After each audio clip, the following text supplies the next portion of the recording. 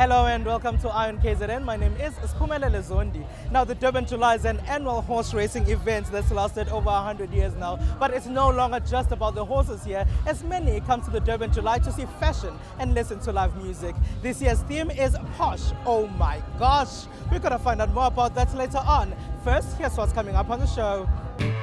Durban is on its way to becoming a true aerotropolis as it receives well-needed investment in the Durban trade port. Fashion by the Sea finally takes place. And the Durban International Film Festival goes ahead as planned despite the banning of their opening film. We have 72 features from around the world, 45 documentaries, a generous selection of shorts, and they're really awesome, really amazing films. With increased investment and an influx of tourists to KwaZulu-Natal, a new route has been opened between Durban and Harare in Zimbabwe. Nadira Peer took this flight and filed this report for us.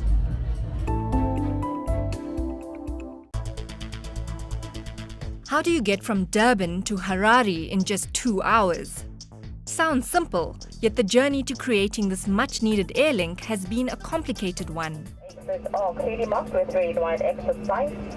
An emergency light at floor level will illuminate the way to these exits. This route is a culmination of a lot of work that has been done behind the scenes, but also that follows a very clearly well-crafted strategy.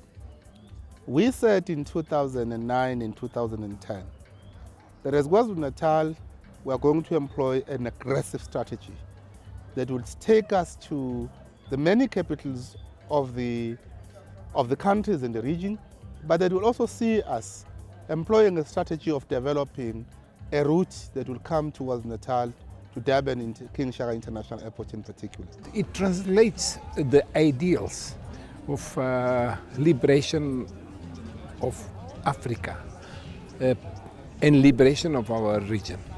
The launch of this link between KwaZulu-Natal and Zimbabwe, and we as players of civil aviation, we totally agree and we encourage the open sky policies, because that is tradition, African tradition. When anyone was welcomed in their village, they used to use this phrase, extended to openness, welcoming, and we welcome, we Zimbabweans, and particularly Civil Aviation Authority of Zimbabwe, we welcome this kind of initiatives. We encourage, we congratulate South African Express Airlines for having courage and putting so much effort. Since the first flight in November 2012, SA Express has flown thousands of passengers between Durban and Harare international airports. The numbers have shown an increase over the months, a positive sign for the value of the route, not just to those who were involved in bringing it to fruition, but also to investors wanting to do business between the two countries. Since our route proving, which is the period prior to the launch, we've seen the route grow to be carrying an average of about 70% load factor, which is a very good load factor for us, because as South African Express, once we hit about 75% load factor, that is occupancy, we add another frequency, or we grow the capacity by increasing the size of aircraft. So this is a very interesting route for us, and we're already looking to grow it. Zimbabwe's tumultuous history of political and social upheaval has left potential investors and visitors uneasy. The continued democratic flaws have proved to be the country's deterrent to the vital attention needed to turn the country around. Even for the media contingent participating in this event, customs at Harare International Airport proved unnecessarily difficult. After about 2 hours of waiting, the contingent was finally granted access, but under the condition that we do not record anything or interview anyone outside the venue where the event was being held. Perhaps just a chink in the chain, but one may speculate the association with Zimbabwe's upcoming elections at the end of July. We wanted media to understand that there is no difficulties in Zimbabwe as such, that this open sky policy which we have We are very peaceful country and people. We welcome equally everyone in our country.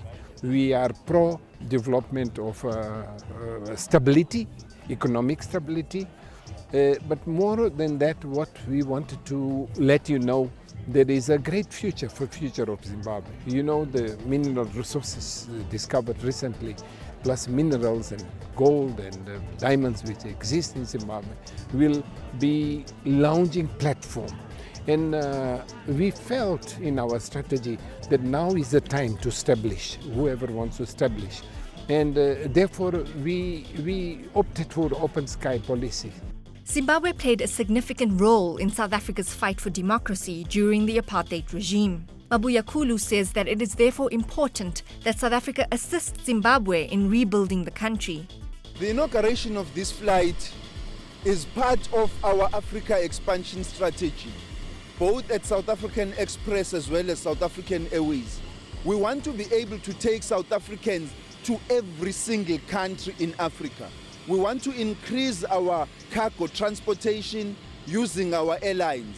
We want to increase the transportation of South Africans, the passengers, to every African country, and to be able to move Africans within the African continent for economic development and growth, which will increase skills development, which will increase job creation, and most particularly to increase regional integration in our continent.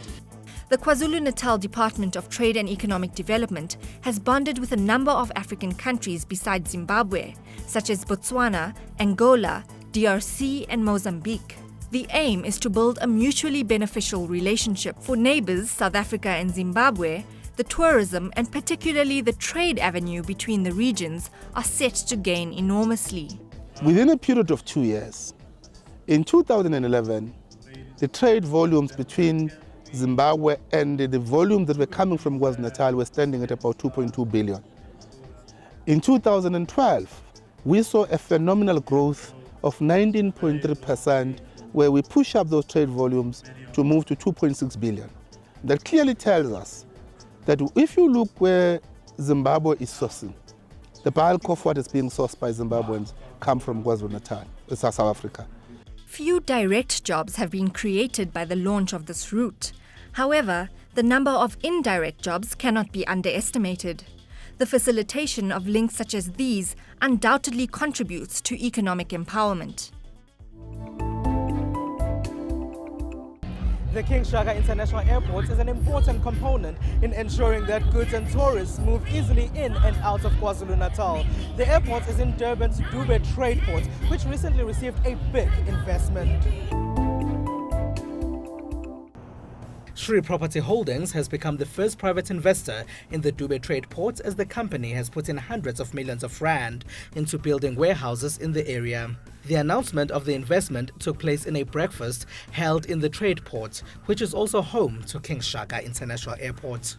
What is happening here, we are seeing an investment by the Shri Property Holdings, who are going to be investing an amount in excess of 164.7 million. That amount of money that will be invested here will actually be capitalizing in the warehouse and creating space for their clientele, who include blue chip companies that are actually going to become of their clients.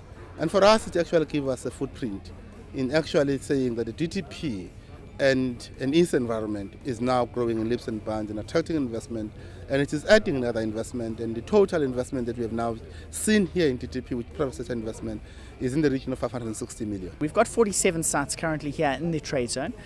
We've currently got 45 completed, or the agreements completed, with another 2 on reservations. So we're confident already the investment is coming. Not only are we confident of increased investment, but of the current one we're receiving currently. Shri Property Management say they are excited about being the first as they realize the growth potential of the Durban Trade Port. We're building a warehouse that's 21,000 square meters as our first phase. And while we started that development, we had the Imperial Group come in and take up that space. So we have across the road, as you see, 84,000 square meters of warehouse for logistic facilities. And it will be the new design where you'll have less columns, more height, so you can get more cubic pallet positions in the same ground space. The KwaZulu-Natal government is on a mission to develop Durban into an airport city, or what they are calling an aerotropolis.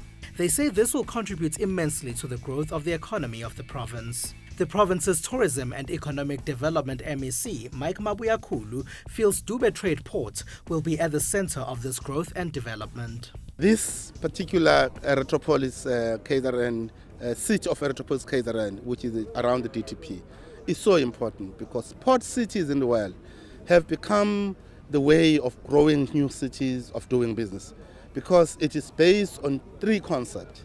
There is speed, agility, and time. And therefore, if anyone can actually respond to those, and being closer to the airport actually gives you that. And so from that point of view, it is important. But secondly, it is now an open public secret that the Durban Trade Port and all of this area is now destined to become the special economic zone. And that in itself therefore means we are going to see growth of a new city within a city. KwaZulu-Natal government says it still needs more businesses to come on board and invest in the province's vision.